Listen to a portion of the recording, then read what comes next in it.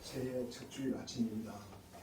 빛을 창조하신 하나님의 사랑이 예배드리는 모든 이들에게 함께 하시기를 빕니다. 1996년 노벨 문학상을 받은 폴란드 시인 비스와바 심보르스카는 두 번은 없다는 시에서 지금 우리에게 주어진 시간이 기적임을 일깨워줍니다.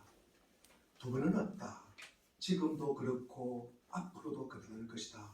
그러므로 우리는 아무런 연습 없이 태어나서 아무런 훈련 없이 죽는다. 반복되는 하루는 단 한 번도 없습니다. 두 번 똑같은 밤도 없습니다. 두 번의 동일한 눈빛도 없을 것입니다. 두 번의 동일한 설교도 없을 것입니다. 갓 태어난 아기의 눈에는 모든 것이 처음 보는 것이고 신비롭듯이 지금 우리 앞에 당도한 시간도 우리에게 태초나 마찬가지입니다. 우리 물된 동상교회 교우님들에게도 나에게 주어지는 이 2023년이 매일매일 새롭고 신비롭고 경이롭기를 바랍니다. 이렇게 우리가 유쾌하고 즐거운 삶을 꿈꾸지만 현실은 불쾌하기도 하고 무겁기도 합니다. 설사 그렇다 하더라도 우리는 기뻐할 수 있어야 합니다. 그 기쁨은 나의 바람이 다 충족되었기 때문이 아니라 하나님 편에 서서 꿈을 꾸는 자로 살고 있다는 자각에서 얻어지는 것입니다. 우리가 이 기쁨을 뺏기지 않는 한 우리는 풍성한 삶을 살아낼 수 있을 것입니다. 올 새해 첫 주일에 제가 전하고자 하는 말씀은 산상설교입니다. 마태복음 5장부터 7장까지를 산상설교, 산상수훈이라고도 합니다. 이 본문은 우리가 널리 알려져 있지만 정작 본문이 말하고자 하는 바를 제대로 이해하지 못하고 그냥 지나칠 위험이 있습니다. 한때 모세가 시내산에 오른 것처럼 이제 예수님께서 산으로 오르셨습니다. 그래서 산 위에서 말씀을 전하셨다 하여 산상수훈, 산상설교, 산상교훈이라고도 합니다.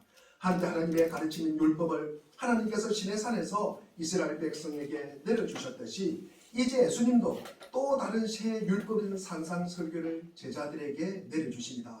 따라서 산상설교는 새 제자들을 얻기 위해 들려주시는 가르침입니다. 산상설교는 제자가 받는 복과 또 져야 할 책임이 어떤 것인가를 가르쳐줍니다. 그리고 그리스도를 따르는 사람들에게 가르쳐야 할 기본 교리라고도 할 수 있습니다. 그러므로 중요한 것은 성경에 대한 접근 방법이 바르게 되어 있어야 한다는 것입니다. 산상설교는 우리가 이렇게 살아야 그래야 그리스도인이 될 것이다. 그런 것이 아니라 너희가 그리스도인이니 너희가 하나님을 따르는 제자이니 너희들이 기독교인이니 이렇게 살아야 한다는 것입니다.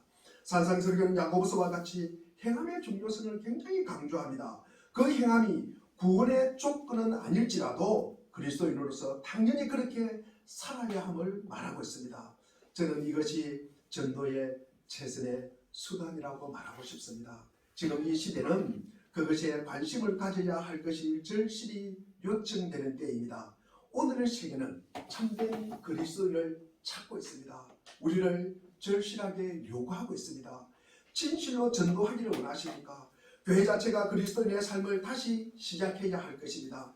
교회가 말씀대로 할 때 사람들은 우리의 건물 속으로 밀려들 것입니다. 그들은 그 비결이 무엇이냐고 우리에게 물을 것입니다. 우리는 하나님의 아들이 세상에 오셨고 성령을 우리에게 보내셔서 우리 속에 내주하셔서 주님과 똑같은 생명과 능력을 보유함을 잘 압니다. 그가 오셨고 그가 죽으셨고 그리고 그가 다시 살아나셨고 성령을 보내신 것은 우리나 여러분이나 제가 산상설교를 실천하며 살 수 있게 하기 위함입니다.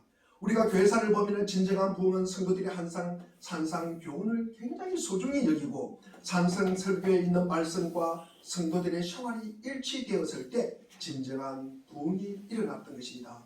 성탄절에 제가 이런 말씀을 전하였습니다. 안겔루서 실레시우스의 말이 제가 늘 마음에 가슴에 떠올랐습니다. 예수님 그분이 나를 그리고 우리를 통해서 이 땅에 태어났다. 그분이 당신 안에서 태어나지 않으신다면 여러분은 영원히 죽은 채로 남아있는 것입니다. 세상 사람들은 참 그리스도인을 바라고 있습니다. 기대하는 바가 있습니다. 그들을 통하여, 그리고 특별히 우리 물된 동산교회 교인들을 통하여 그 매력에 우리에게 끌려오는 것입니다. 산상설교의 전체 흐름을 보면은 마태복음 4장에서 주님이 마귀에게 시험을 받으신 후에 공생애를 시작하는데, 주님의 첫 설교가 마태복음 4장 17절입니다. 그때부터 예수께서 회개하여라, 하늘나라가 가까이 왔다라고 선포하기 시작하였습니다. 주님께서 역사의 무대에 등장하여 가장 먼저 설교하신 내용은 회개하라, 천국이 가까이 왔다는 것입니다.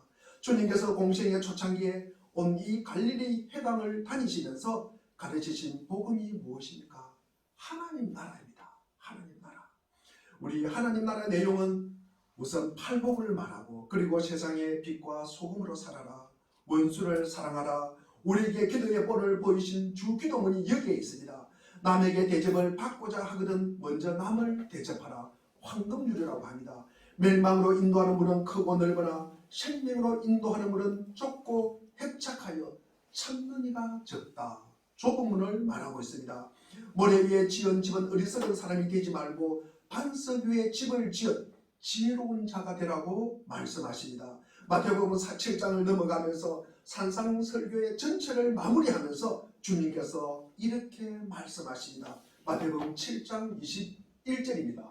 우리 다 같이 한번 읽겠습니다. 시작.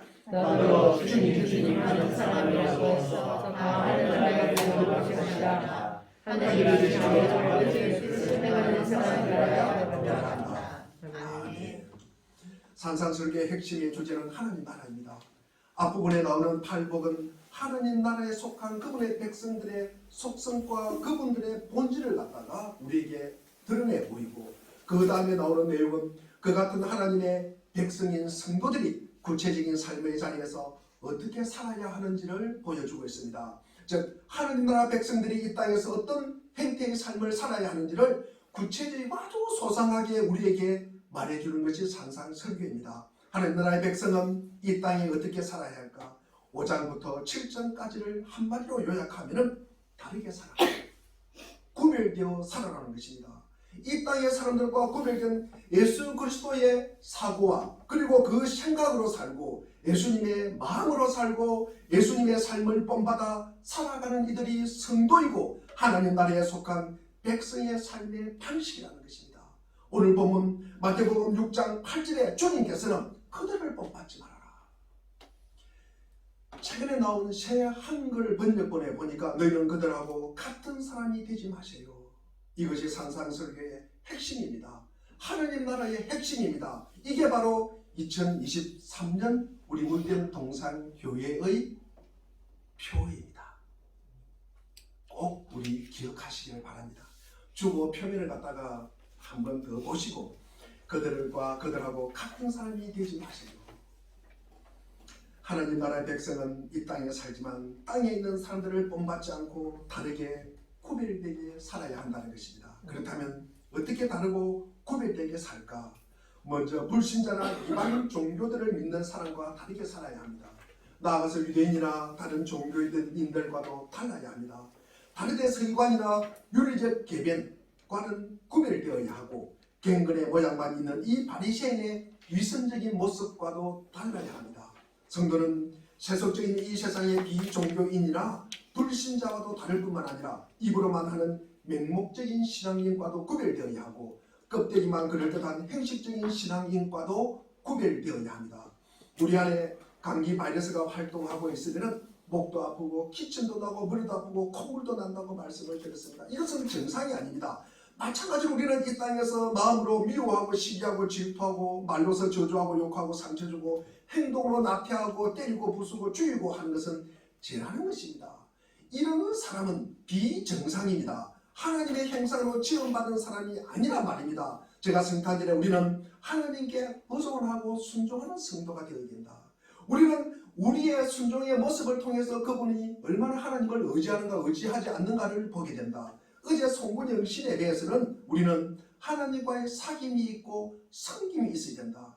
우리는 그 섬김을 통해서 얼마나 주님을 섬기고 이웃을 섬기느냐를 그 모습을 보면서 얼마나 하나님과 예수님과의 깊은 사귐이 있는가, 이것을 우리가 알게 된다는 말씀입니다. 원래 인간은 하나님의 형상으로 지음받았으나 악한 사탄의 유혹으로 하나님과 단절되고 그러므로 하나님의 공급이 차단되어서 궁핍하고 가난하게 되었다.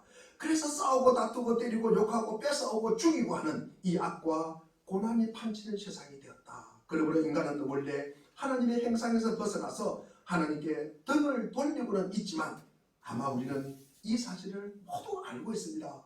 우리의 의지와 우리의 힘으로 아니라 무언가의 강력하고 엄청난 힘에 의해서 이 세상이 돌아가고 있구나. 자연의 원리를 봐도 그렇고 해와 달과 별의 우주적이고 거대한 원리를 봐도 그렇습니다. 이 땅의 인간의 가장 보편적인 진리의 가르침을 봐도 우리는 알게 됩니다. 그래서 우리는 원래 하나님의 행상으로 돌아가려는 그 방향만 잡아도 원래 하나님의 행상으로 돌아가려는 그 마음만 먹어도 우리 하나님께서는 우리를 어렵다고 칭하여 주십니다.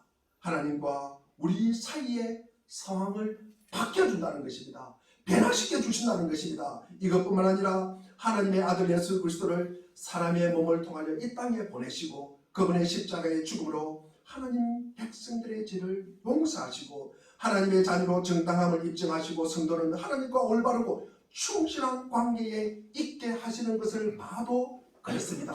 우리는 이를 칭의라고 합니다. 이런 나의 제약된 과거의 사건을 해결하는 것을 칭의라고 하면은 현재 내가 하나님을 바라보고 충성되이 살아가는 것을 성화라고 합니다. 우리의 과거가 해결되고 그리고 현재도 주님의 뜻 안에서 살아가면서 이 칭의와 성화를 기반으로 하여서 미래에도 반드시 우리에게 구원이 있을 것이다. 이 칭의와 성화가 불확실하면 우리에게 구원은 없는 것입니다. 이렇게 예수 그리스도를 믿어서 어렵다 여김을 받은 모든 진실한 하나님의 백성들은 이 땅을 살아갈 때 다르다는 말을 갖다가 할 수 있어야 합니다. 내가 그리스도와 함께 십자가에 못 박혔나니 예수 그리스도의 십자가의 죽음이 나의 죽음으로 받아들이는 것입니다. 갈라디아서 2장 20절입니다. 그런즉 이제 내가 사는 것이 아니라 오직 내 안에 그리스도께서 사시는 것이다.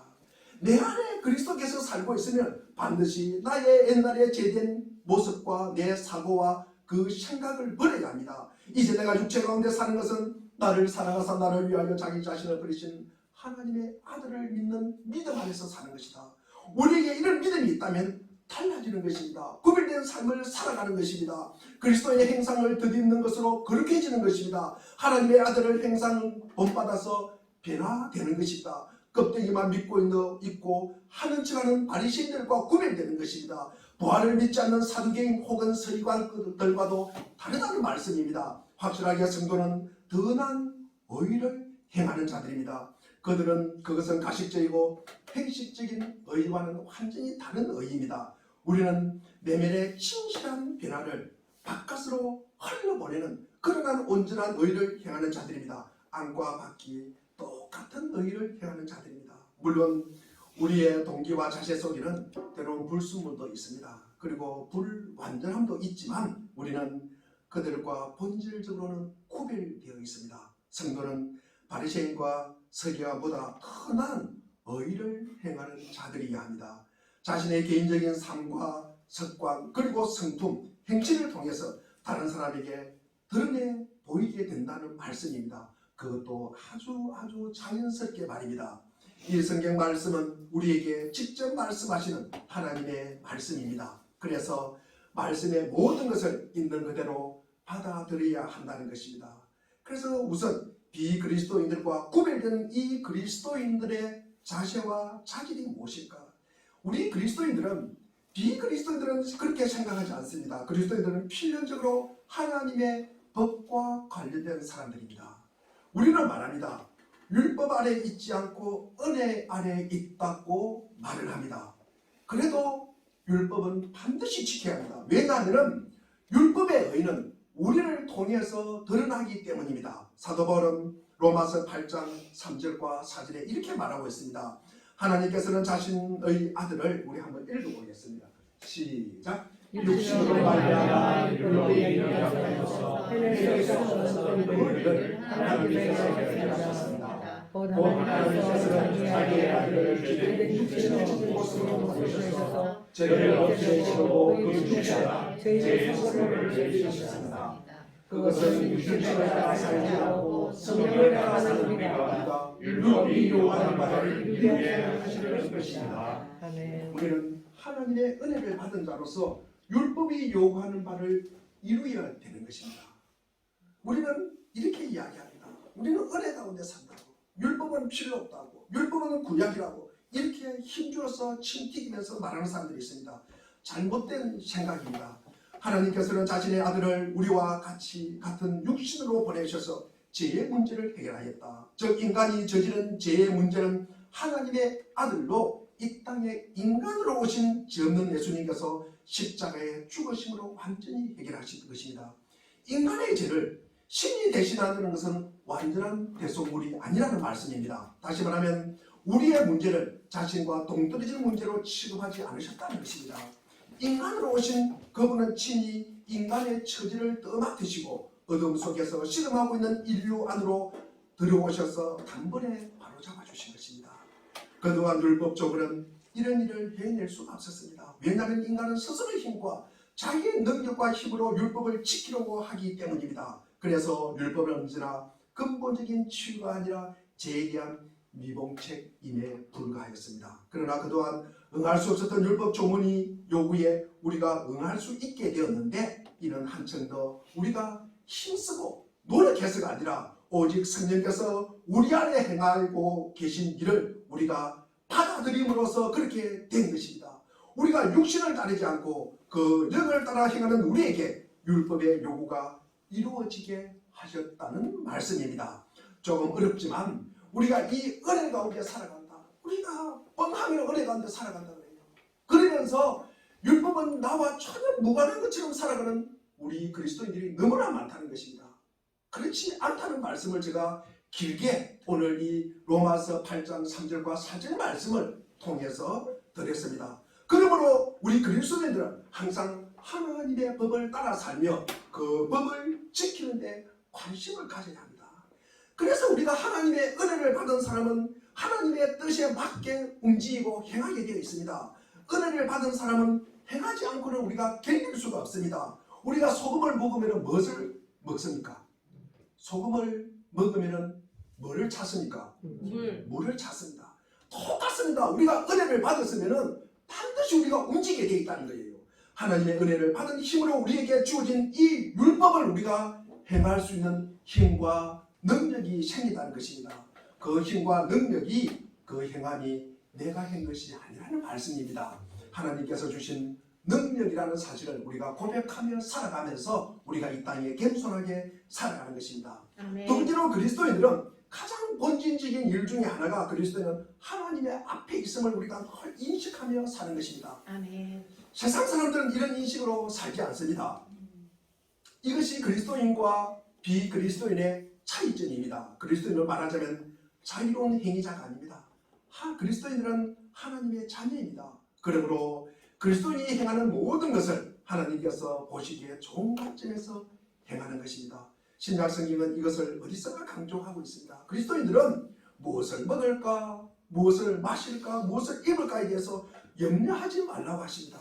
이런 것들이 중요하지 않다는 말이 아니라 이런 것들이 그리스도인의 최우선 관심사가 아니라는 것입니다. 이런 것들을 우선순위에 두고 사는 것이 아니라는 말씀을 드리고 싶습니다. 왜 그럴까?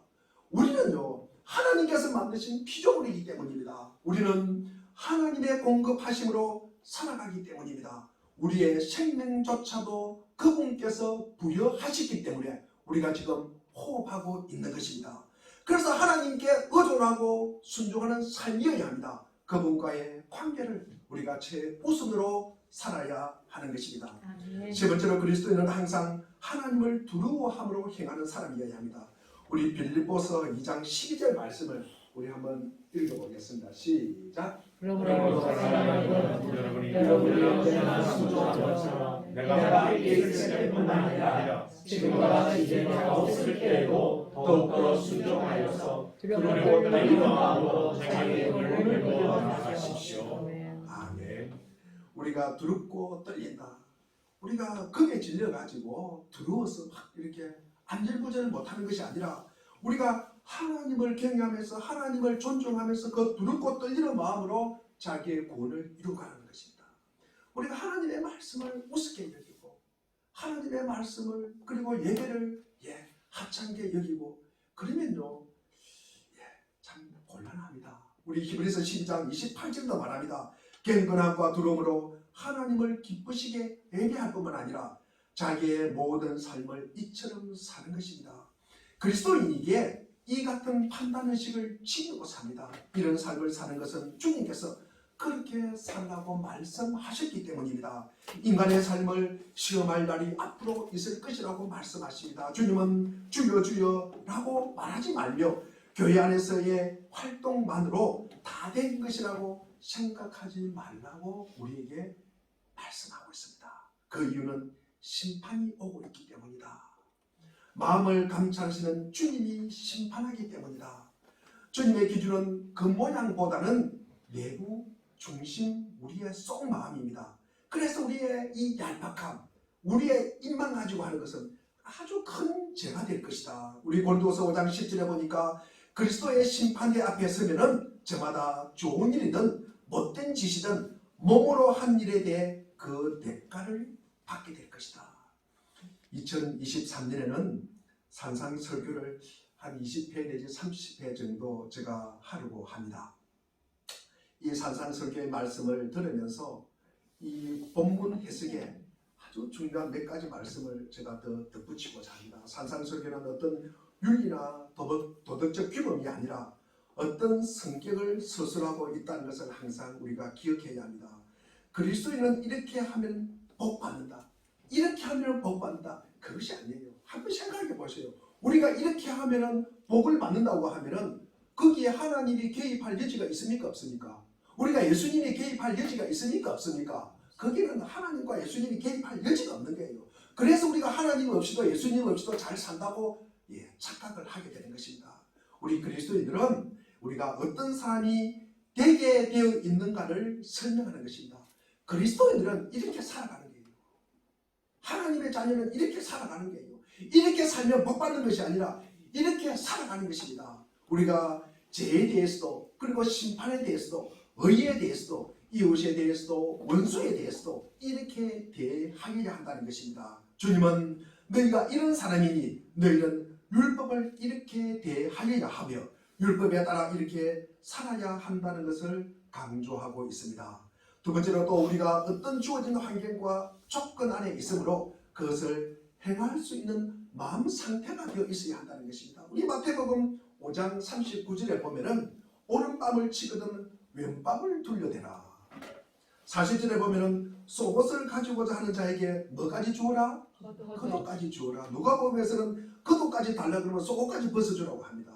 우리 41절에 보면은 오리를 함께 동행하고자 하면은 몇 일을 동행하라? 10일을 동행해주고 그리고 돈을 구워 달라는데 거절하지 말라. 42절에 이렇게 기록되어 있습니다. 사실 이 말씀을 우리가 문자적으로 접근하면은 한번 가만히 생각해 보십시오.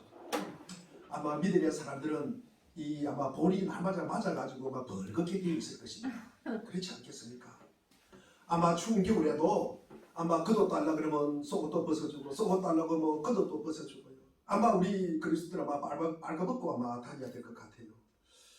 그리고 심리를 오리를 동행하자. 그러면 심리를 동행해주라. 남을 도와주라는 말이지 않습니까? 아마 자기는 안 하고 남의 일을 해준다고 아마 자기 집에도 없을 것 같아요. 자기 직장에도 없을 것 같아요. 남 도와준다고 아마 그렇게 지낼 것입니다. 이웃들이 돈 없다 그러면 돈 빌려달라 그러면 아마 돈 다 빌려주고 통장 잔고 10원도 없고 이 주의 아마 밖에서 아마 벌벌 떨게 될 것이다.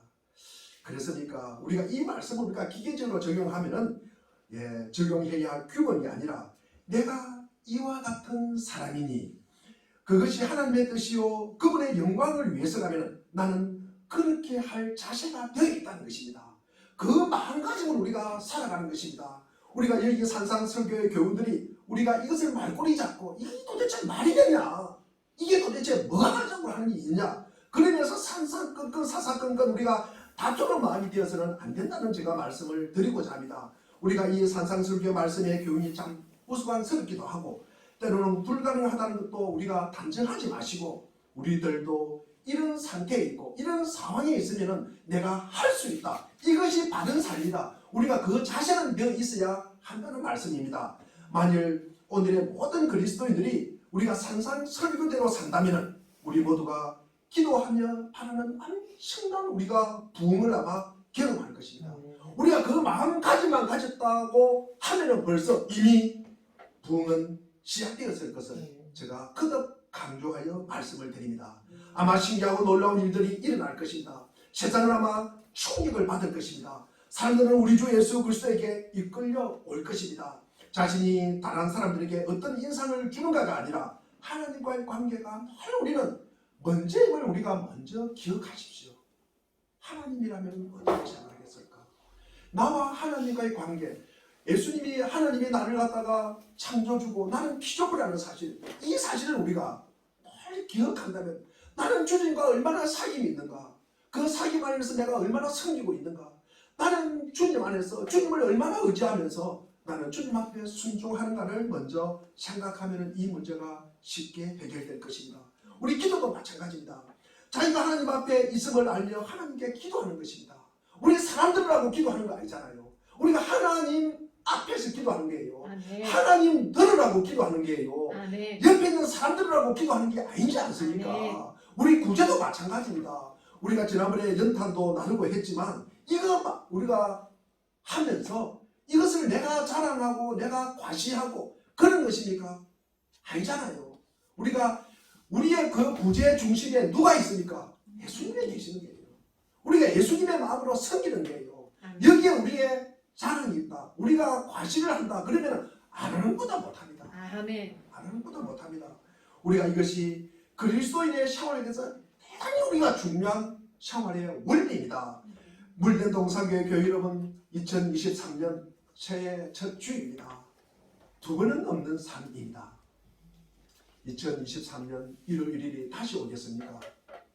우리 모두 우리가 함께 미소를 짓고 우리가 어깨동무하면서 서로에게 이런 좋은 은혜가 스며들기를 바랍니다. 기쁨과 감사, 찬양과 불굴의 용기로 우리 2023년을 감격의 시간을 채워가십시오. 감사하고 기뻐하는 마음이야말로 우리 마음이 우울에 스며들지 않도록 하는 치료제입니다. 보이지 않는 것을 바라며 그것을 가시화시키며 사십시오. 그게 믿음입니다. 하나님은 우리와 함께 역사의 꿈을 이루어 가시려고 합니다. 주님의 마음이 있는 곳에 우리의 마음이 있고요. 주님의 눈길이 머무는 곳 우리의 눈길도 머물길 바랍니다. 주님의 손발이 닿는 곳 우리의 손발이 닿기를 바랍니다. 하나님의 은혜가 우리를 감싸고 있으니 주저하지 말고 힘차게 걸어가는 한 해가 되기를 주님의 이름으로 축원드립니다.